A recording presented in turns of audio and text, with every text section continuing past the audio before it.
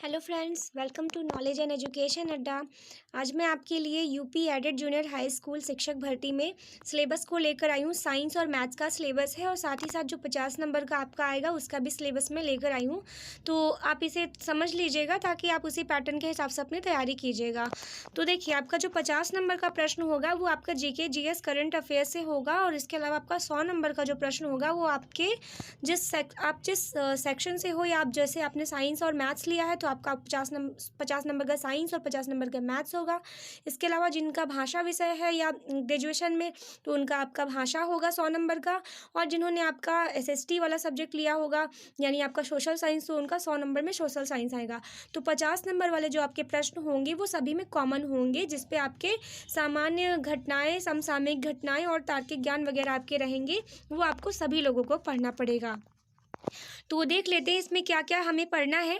देखिए, तो सबसे पहला जो आपका 50 नंबर वाला सिलेबस है उसमें सबसे पहले आपका क्या है, सामान्य ज्ञान, समसामयिक घटनाएं, तार्किक ज्ञान, ये आपका कॉमन है। इसमें सबसे पहले आपको राष्ट्रीय और अंतर्राष्ट्रीय महत्व की समसामयिक घटनाएं पढ़नी है। भारत का इतिहास एवं भारतीय राष्ट्रीय आंदोलन, जो आपका हिस्ट्री वाला सेक्शन है उसमें आपको मॉडर्न हिस्ट्री आपको वो पढ़नी है। और इसके अलावा भारत का भूगोल पढ़ना है। अब इन्होंने भारत का भूगोल बोल दिया है तो उसमें आपका कहीं से भी आ सकता है, आपका पूरा भूगोल आ जाएगा। तो इसमें आपको सिर्फ भारत का ही भूगोल पढ़ना है, वर्ल्ड ज्योग्राफी नहीं पढ़नी है। तो नदियाँ, पहाड़ वगैरह सब आपके जितने भी भारत वाले हैं वो सब आपको पढ़ने हैं। इसके अलावा भारतीय राजनीति एवं शासन संविधान, जो आपका कॉन्स्टिट्यूशन है, संविधान, वो आपको पढ़ना है। राजनीतिक व्यवस्था, पंचायती राज, लोकनीति, आधिकारिक प्रकरण आदि, यानी आपका जो सिविक्स और पॉलिटी वाला सब्जेक्ट है वो आपको पढ़ना है।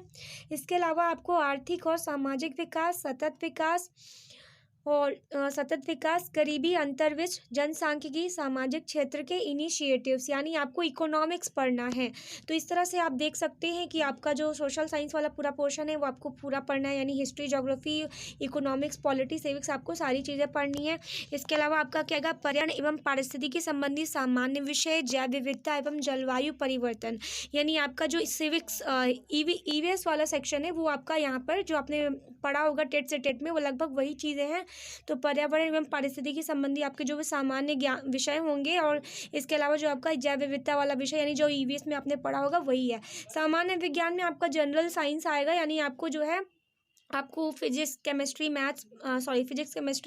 और बायो आपको पढ़ना पड़ेगा। हल्का फुल्का नॉलेज आपको लेना पड़ेगा जो आप लोग पढ़ते हैं सुपर टेट वगैरह की तैयारी करने में, बस वैसे ही आपका इसमें भी रहेगा। इसके अलावा आपका रीजनिंग में क्या क्या आएगा, एनालॉजिस, असर्शन एंड रीज़न, यानी आपका कथन और निष्कर्ष आएगा। बाइनरी लॉजिक, यानी आपका जो बाइनरी सिस्टम होता है वो आएगा। क्लासिफिकेशन, यानी वर्गीकरण जो आपका है रीजनिंग में वो आता है। क्लॉक्स एंड कैलेंडर्स, यानी आपका जो घड़ी जो होता है, क्लॉक्स और कैलेंडर जो आप पढ़ते हैं रीजनिंग में वो।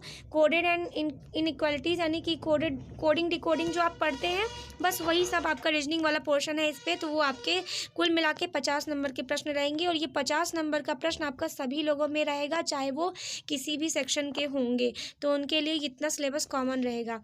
फिर इसके अलावा अगर हम बात करें यहाँ पर साइंस और मैथ्स की, तो चलिए उसका भी सिलेबस देख लेते हैं। तो सबसे पहले आपका क्या है, मैथ्स है। तो मैथ्स में आपका सबसे पहला आपका पढ़ना है यहाँ पर प्राकृतिक संख्याएं, पूर्ण संख्याएं, परिमेय संख्याएं, जो आप लोग संख्या पढ़ चुके हैं वही सारी चीज़ें हैं आपका। और इसके अलावा जो आपका पूर्णांक, कोष्ठक, एलसीएम और एचसीएफ आपको पढ़ना है। वर्गमूल, घनमूल और सर्वसमीकाएं, यानी आपकी जो एक्स और वाई से रिलेटेड जो क्वेश्चन सॉल्व करते हैं आप लोग, वो प्रतिस्थापन, विलोपन विधि वगैरह लगा करके वो सब आपका होगा। बीजगणित, अवधारणा, चर संख्याएं, अचर संख्याएं, चर संख्याओं की घात, बीजीय व्यंजकों का जोड़, घटाना, गुणा, भाग, यानी आपका जो पूरा बोर्ड मास होता है वो।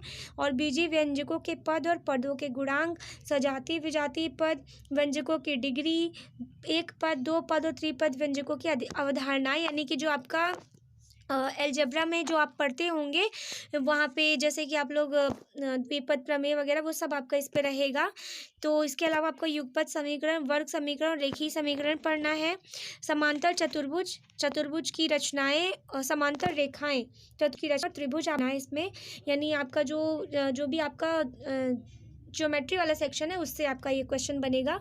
वृत्त और चक्रीय चतुर्भुज वृत्त की स्पर्श रेखाएं, अनुपात, समानुपात, परसेंटेज, लाभ हानि, प्रॉफिट एंड लॉस, आपका CISI यानी साधारण ब्याज, चक्रवृद्धि ब्याज जो आपका मैथ्स में रहता है वो सभी, सांख्यिकी आंकड़ों का वर्गीकरण, पिक्टोग्राफ, माध्यिका एवं बहुलक तथा बारंबारता पढ़ना है आपको, पाई चार्ट और दंड चार्ट यानी पाई ग्राफ और पाई चार्ट वगैरह जो आप लोग पढ़ते हैं वो सब आपका बनेगा यहाँ पे।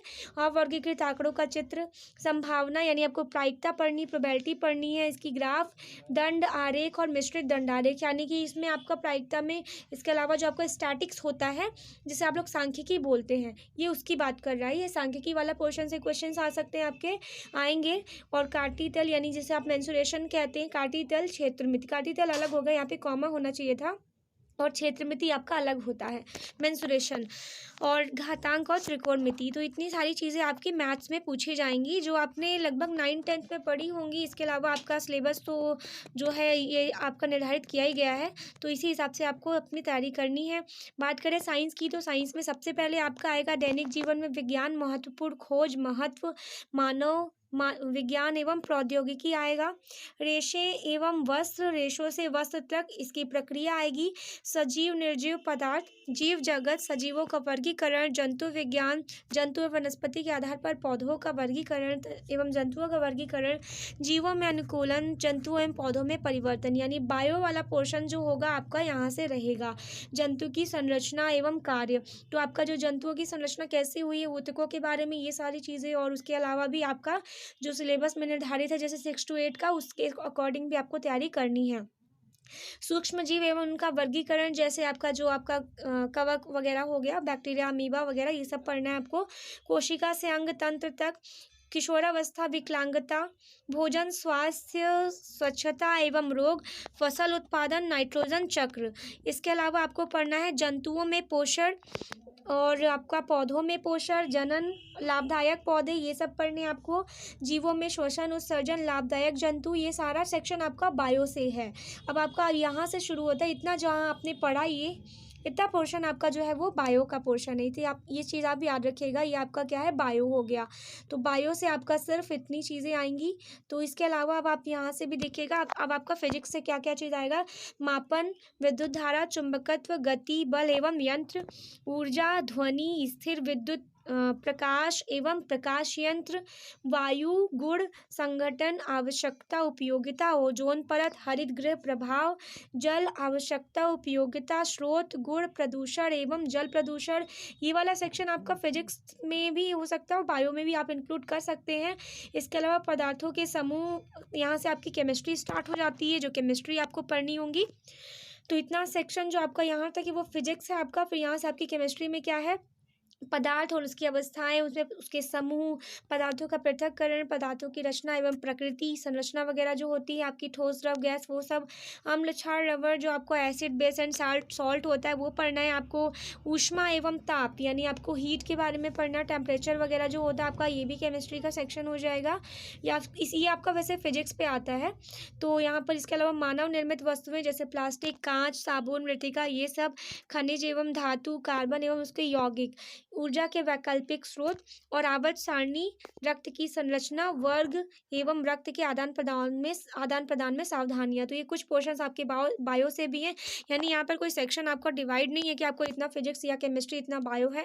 यहाँ पर बीच बीच में कहीं से भी बायो और फिजिक्स केमिस्ट्री को इंक्लूड कर दिया गया, यानी टोटल आपको सारी चीज़ें पूरा PCB पढ़नी है, साथ ही साथ आपको मैथ्स भी पढ़ना है। तो चाहे वो आपका इंटर में बायो रहा होगा तब भी आपको मैथ्स पढ़ना है, या आपका इंटर में मैथ्स रहा होगा तब भी आपको बायो पढ़ना है, यानी कि दोनों लोगों को प्रॉब्लम्स हो सकती हैं और नहीं भी हो सकती। अगर आप मेहनत करेंगे तो आपका सिलेक्शन पक्का हो ही जाएगा, क्योंकि यहाँ पर ज़्यादा फाइट तो पहले ही एक सीट पर 200 से अधिक लोगों की फ़ाइट हो रही है, लेकिन आप मेहनत करेंगे तो आपका सिलेक्शन हो सकता है। तो फ्रेंड्स, ये था आपका सिलेबस से रिलेटेड। इसका आप प्रिंट निकाल करके अपने पास रख लीजिए, जिससे आपको जब भी सिलेबस जितना आपने ख़त्म किया उस पर आप टिक करते चले जाएंगे।